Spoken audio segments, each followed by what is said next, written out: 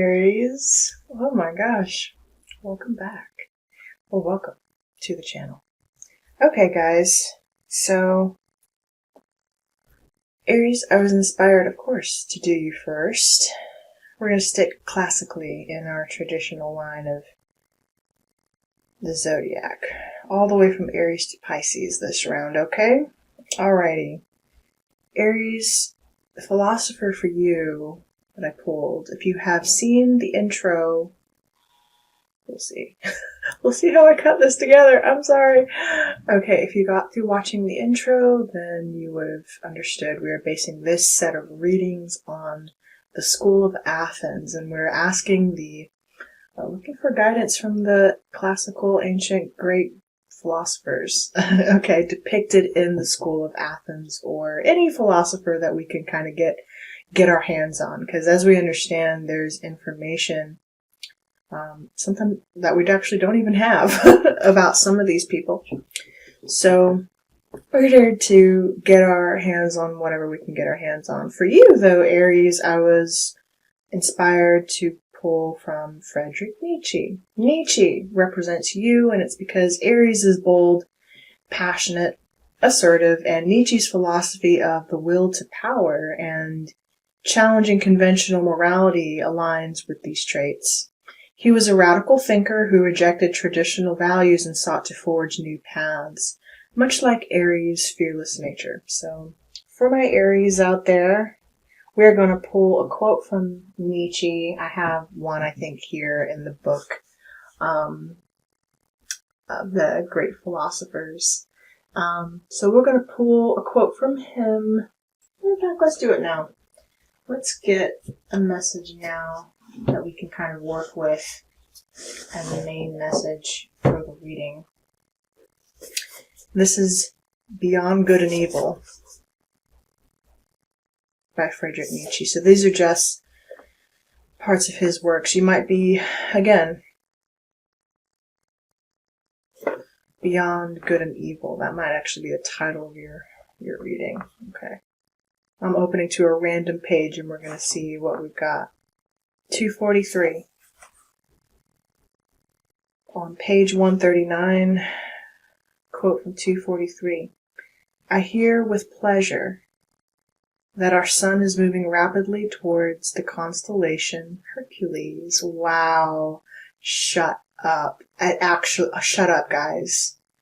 Okay, I hear with pleasure that our sun is moving rapidly towards the constellation Hercules, and I hope that the men on this earth will do like the sun, and we foremost, we good Europeans. And we foremost, we good Europeans. So, Hercules, okay? There's something about that, actually. Hercules has been a message coming through, even in the collected, I've seen other readers mention. I can go the distance. Yes, I can go the distance and you will find your way. I think I channeled that in a reading, several readings back. And depending which channel you're watching on, you may be on my other channel. So, okay. Is he saying Europeans are the best? Is he saying men ought to do as we do?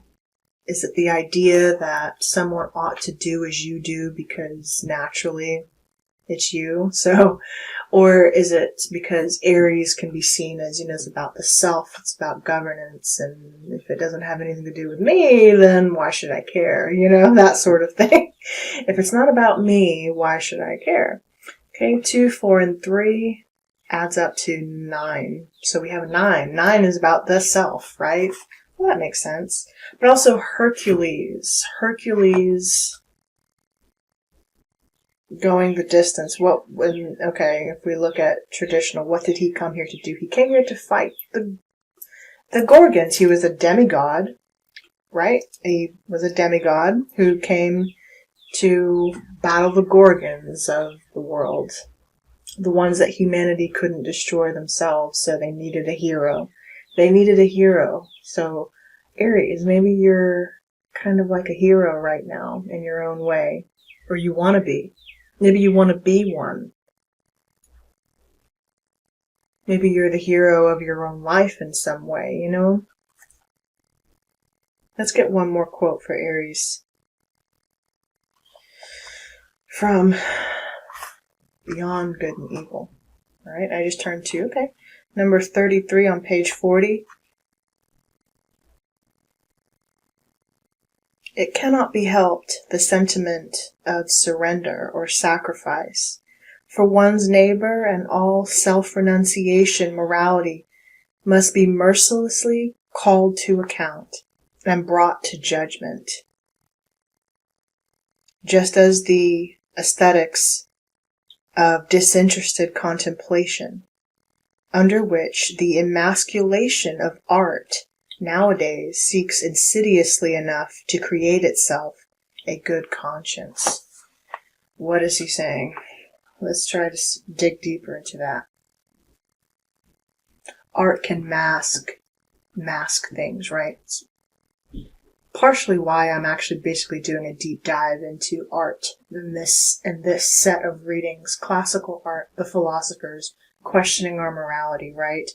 Aries, you are an artist. I know you are. Many Aries I know are phenomenal artisans yourselves in whichever medium you choose, whether it's music, painting, whatever form, film, photography, whatever form you choose to do it, you guys are phenomenal artists. Every Aries I've ever met, I think, has some sort of innate gift of art inside of them, or poetry, however you choose to express it. So I'm just giving that to you. And wherever you have Aries in your chart, please don't think you're relegated to just your sun sign, okay? Okay.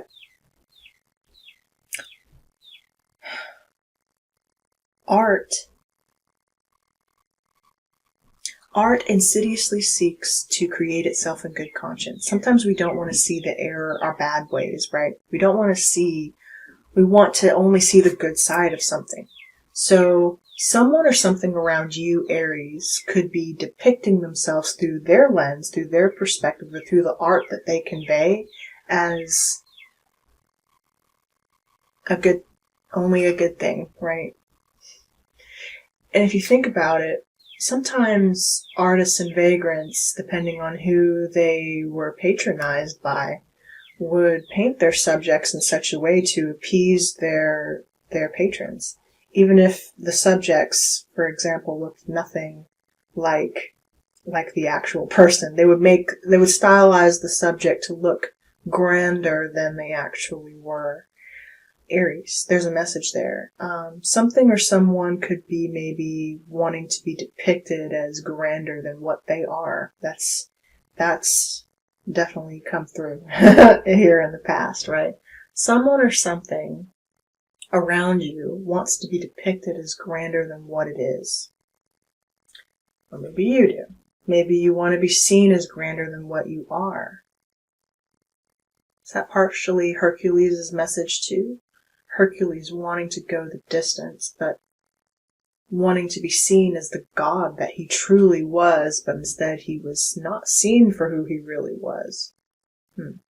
There's two ways to kind of go about that message. I think there's two messages there. That someone really is as grand as they claim they are and say they are. And then another person kind of pretends to be grander than what they are. You know what I mean? There's that. Maybe you're dealing with some aspect of or person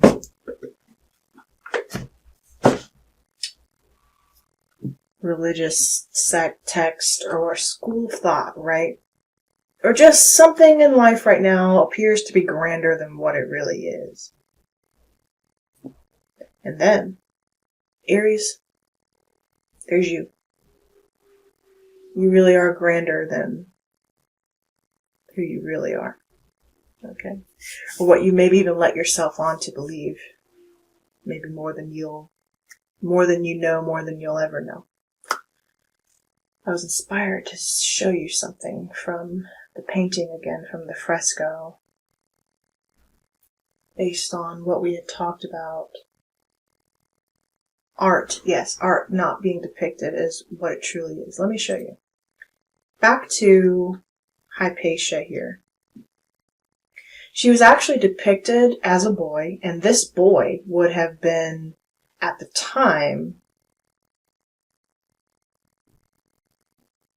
the Pope's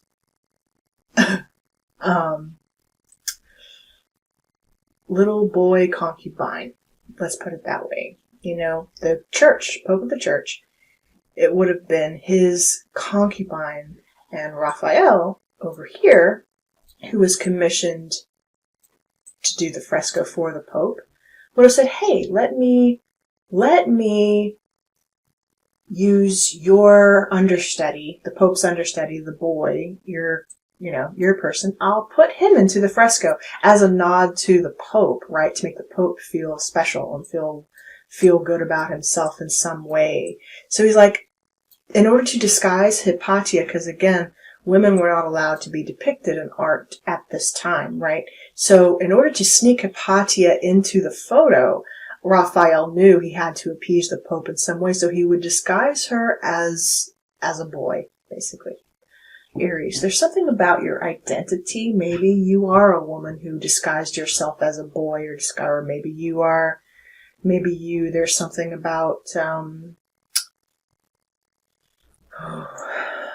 I don't want to get into those subjects of sex and gender and things like that, but you know where you are on that, okay?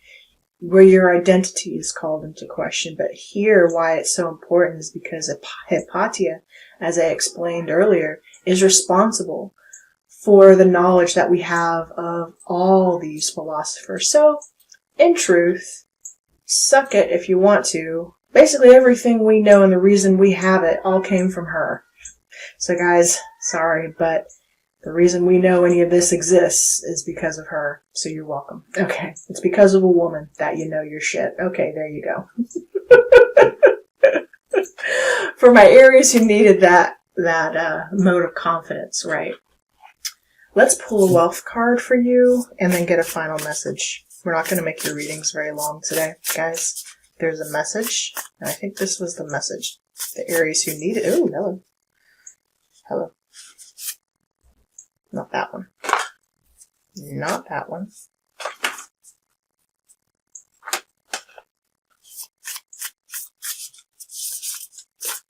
One message for Aries, please. A wealth card. You need to know this. You're greater. It's your wealth time. It's the sun time. Happy birthday to my beautiful Aries. Right there. Aries. All right. 2 cards. We have wealth is woven into my DNA like stars woven into the tapestry of the sky. It's internal. It's eternal. Wealth is literally part of your DNA. You can meditate on the card. And when I choose to trust in my desires, the cosmos rewards me with endless gifts. When I choose to trust in my desires, the cosmos rewards me with endless gifts. Lots of roses here and pillars of thought.